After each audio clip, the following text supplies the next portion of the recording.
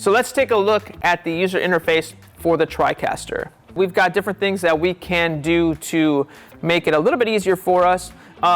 There's different layouts. First off, in the upper left corner, you can jump to different types of workspaces for your project. So here we are there. I could jump to maybe different views, okay? So there's different things you can do, okay, and change these around if you want. I'm just gonna leave it here on workspace C for now.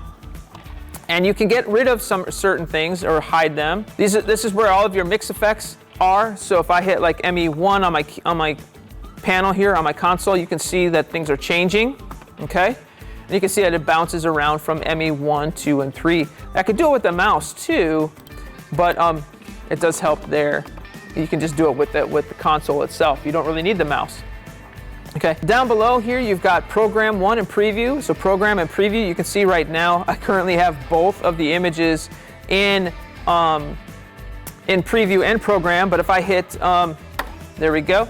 If I change it over just by hitting the one on the console, there you go. Now you can see I've got a Preview, it's not live, and then I've got Program, and it looks like I've got a little bit of an overlay for some reason.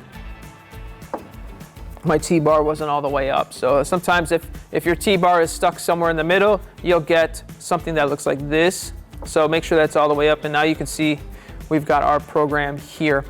Now, below that, you've got DDR1, Graphics 1, Sound, Audio Mixer. Okay, here's where all of your audio is going on. Right now, I only have audio from my Input 3, which is one of my cameras. I've got my lapel microphone connected to that. And then Switcher, Express is, we'll look at that in a second. DDR2, which is just like DDR1, but you have like another disk drive recorder or replay. Graphics 2, and then buffers. These are all like short animations that you might want to replay or pull at any given time during your presentation. Now Express is really cool. Express just kind of hides certain things that you may not really need, makes life a little bit easier for you, and you can drag some of these things down, okay?